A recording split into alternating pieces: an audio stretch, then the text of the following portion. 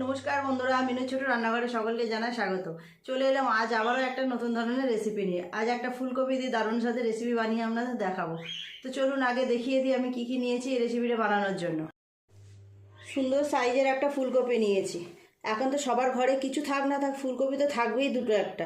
আপনারাও একবার এইভাবে ফুলকপি দিয়ে নতুন ধরনের রেসিপিটা বানিয়ে দেখতে পারেন। অসম্ভব সুন্দর খেতে হয়, দেখতেও বেশ ভালো লাগবে। আর সবথেকে বড় কথা, খুব বেশি উপকরণেরও প্রয়োজন নেই, খুব বেশি সময়ও লাগবে না। ফুলকপিটা আমি আগে কেটে নেব। ফুলকপিটা ছোটো ছোটো করে কাটবো।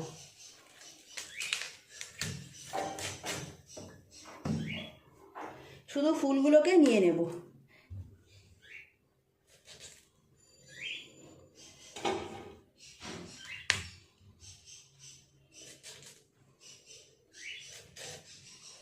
এই রকম সাইজ করলাম। খুব ছোট না আবার খুব বড়ও না, এই রকম সাইজের করলাম। ফুলকপিটাকে ভালো করে কেটে নেব।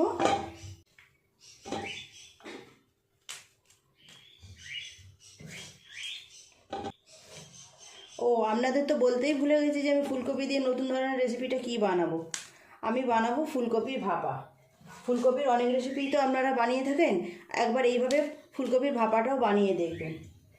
একদম নতুন ধরনের রেসিপি, খেতেও বেশ সুন্দর লাগবে। কপিটা পুরোটা কেটে নিয়ে আগে ভালো করে ধুয়ে নেব। ফুলকপিটা তো কেটে নিলাম, ফুলকপি ভালো করে জল দিয়ে ধুয়ে নেব।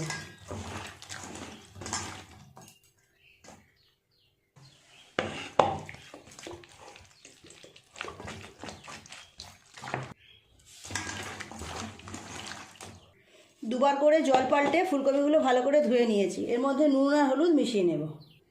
নুন আর হলুদ গুঁড়ো।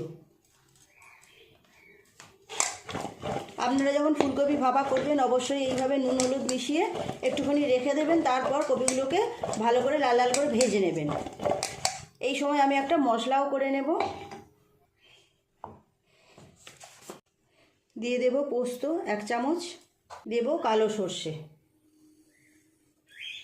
1 চামচ, এই 2 চামচ মতো কালো সর্ষে নিলাম।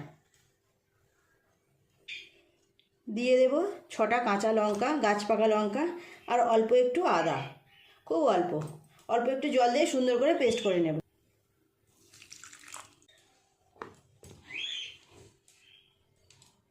মশলাটা পেস্ট করা হয়ে গেছে। এবার কপিগুলো আগে ভেজে নেব ভালো করে। কড়াই চাপিয়ে দিয়েছি, ফুলকপি ভাজা করব। দিয়ে দেবো তেল, সর্ষের তেল।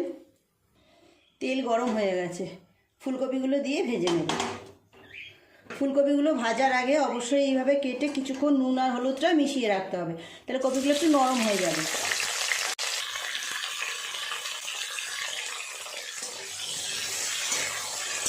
উল্টে পাল্টে কপিগুলো সুন্দর করে ভেজে নেব। চাপা দিয়ে দেবো।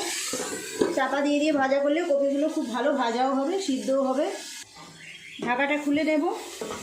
বেশ কয়েকবার উল্টে পাল্টে দিয়েছি ঢাকা খুলে।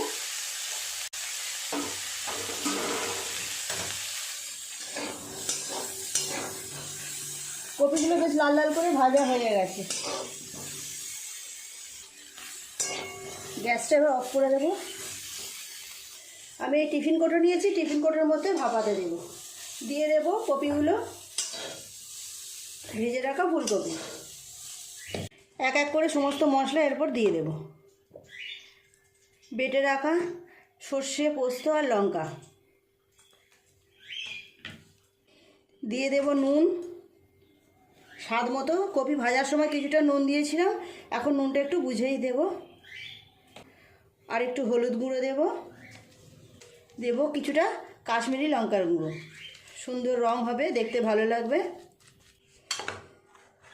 খুব ভালো করে সমস্ত মশলাটা কপির সাথে এইভাবে মিশিয়ে নেব। মশলার জার ধুয়ে কিছুটা জল নিয়েছি, দিয়ে দেবো, খুব বেশি না, অল্প।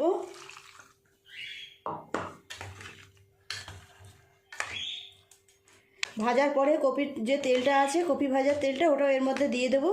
ওই তেলেও একটা সুন্দর গন্ধ আছে ফুলকপি ভাজা।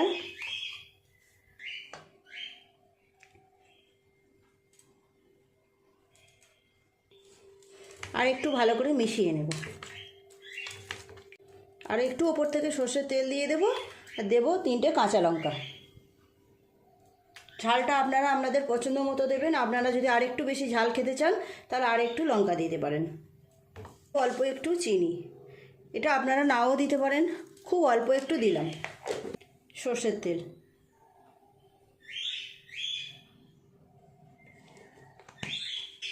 ঢাকাটা বন্ধ করে দেব। আমি একটা জায়গায় জল বসিয়ে দিয়েছি, এই জায়গায় করে জল বসিয়ে দিয়েছি, জলটা ভালোভাবে ফুটেও গেছে। ঢাকা দিয়ে দিয়েছিলাম, একটা স্ট্যান্ড নিয়েছি, স্ট্যান্ডের মধ্যে দিয়ে দেব। টিফিন কৌটোটায় বসিয়ে দেব। জলটা এমনভাবে দিতে হবে যেন টিফিন কৌটোর কিছুটা অংশ জলেতে ডুবে থাকে। ওপর থেকে একটা ঢাকা দিয়ে দেবো, এইভাবে 10 মিনিট রেখে দেবো। তারপর আপনাদের খুলে দেখাবো। মিনিট 10 এইভাবে ঢাকা দিয়ে ভাপিয়ে নিয়েছি। এবার গ্যাসটা অফ করে দেব। গ্যাসটা অফ করা এরকম থাক, আরও 10 মিনিট পরে আপনাদের খুলে দেখাবো কেমন হয়েছে। গ্যাস অফ করে দিয়ে আরও 5-7 মিনিট এইভাবে বসানো আছে। এবার আপনাদেরকে তুলে নিয়ে দেখাবো কেমন হয়েছে।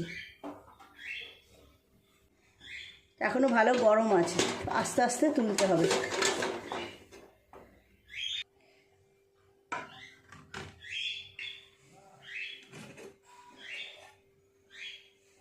এই দেখুন কেমন দেখতে লাগছে, দেখুন খুব সুন্দর গন্ধ বেরোচ্ছে।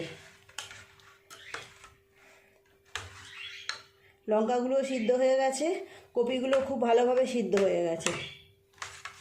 গরম ভাতের সঙ্গে এইরকম গরম গরম ফুলকপি ভাপা অসাধারণ লাগবে খেতে। প্লিজ বন্ধুরা, আজকের রেসিপিটা কেমন লাগলো কমেন্ট করে জানাবেন। ভালো লাগলে একটা লাইক করে দেবেন। আপনারাও একবার হলেও বাড়িতে এইভাবে রান্না করে খেয়ে দেখবেন, দারুণ সুন্দর খেতে হবে। গ্রেভিটা দেখুন, এরকম গ্রেভি দিয়ে ভাত মেখে খেতে খুব ভালো লাগবে।